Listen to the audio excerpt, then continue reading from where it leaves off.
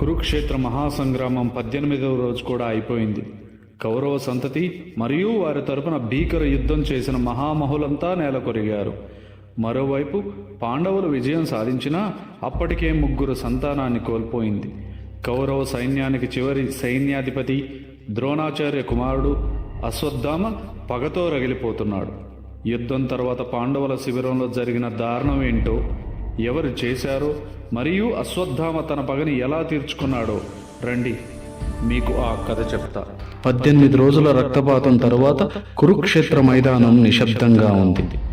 ఆ రాత్రి పాండవ శిబిరంలో అంతా ప్రశాంతత. 18 ఏళ్లుగా అనుభవించిన వనవాసం, అవమానాలు, యుద్ధ భయం అన్నీ తొలగిపోయాయి. యుద్ధం ముగిసిన ఆఖరి రాత్రి ఉప పాండవులు 5 ఒకే చోట కూర్చుని మాట్లాడుకుంటున్నారు. రేపటి నుంచి మనం హస్తినాపుర యువరాజులు, మన తండ్రుల కష్టాలు తీరాయి, ధర్మం గెలిచింది అని వారు సంతోషపడుతున్నారు. యుద్ధం చూసినా భయం వారి కళ్ళల్లో ఉన్న రేపటికి కొత్త ఉదయం మీద ఆశ ఉంది.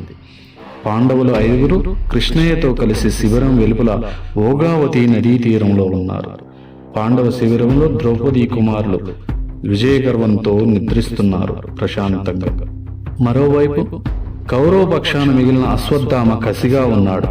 తన తండ్రి ద్రోణాచార్యుడి మరణానికి, తన మిత్రుడు దుర్యోధనుడి పరాజయానికి ప్రతీకారం తీర్చుకోవాలని రగిలిపోతున్నాడు.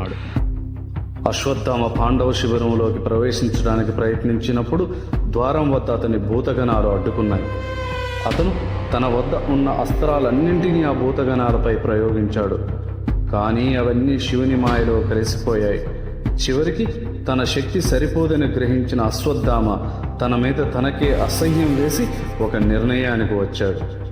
అశ్వత్థామ తనకు తాను శివుడికి బలిచ్చుకోవడానికి సిద్ధపడినప్పుడు అశ్వత్థామ అచంచలమైన భక్తికి పట్టుదలకు మెచ్చిన పరమశివుడు స్వయంగా అగ్ని నుండి ప్రత్యక్షమయ్యాడు.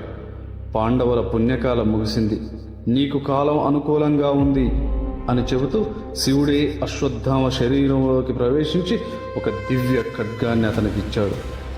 శివుడు తనలోని ఒక అంశను అశ్వత్థామకు ప్రసాదించడం వల్లే ఆ రాత్రి అశ్వత్థామను ఆపటం సామాన్య మానవులకే కాదు, దేవతలకు కూడా సాధ్యం కాలేదు. శివుని భూతగణాలు కూడా అశ్వత్థామకు దారి ఇచ్చి అతన్ని అనుసరించాయి. మరి దొంగచాటుగా శిబిరంలోకి చొరబడిన అశ్వత్థామ పాండవులను చంపగలిగాడా? దానికి ప్రతిగా అశ్వత్థామకు శ్రీకృష్ణుడిచ్చిన శాపం ఏంటి?